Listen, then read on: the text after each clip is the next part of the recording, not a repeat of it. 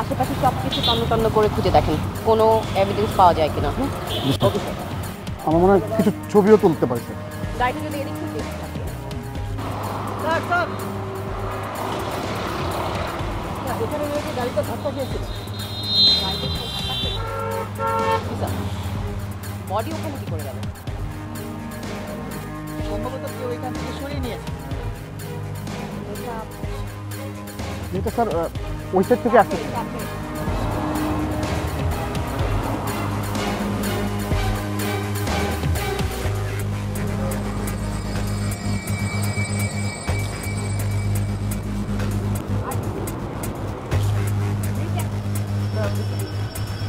Rebecca অত রাতে ওখানে কেন গিয়েছিল?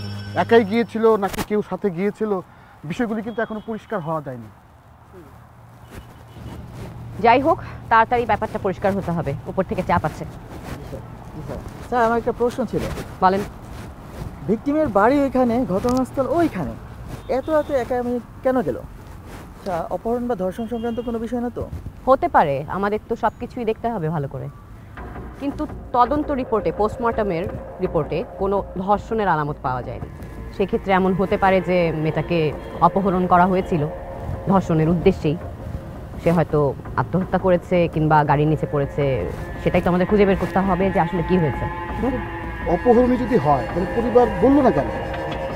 পরিবারকে হয়তো হুমকি দেওয়া হয়েছে, প্রভাবশালী কেউ হতে পারে, পরিবার ভয় পেয়েছে। সব কিছু এখনো কিন্তু হতে পারে ভাবছি, আমাদের এটাই বের করতে হবে আসলে কি ঘটেছিল। ঠিক আছে? জি স্যার। সময় নষ্ট করার সময় নেই, চল।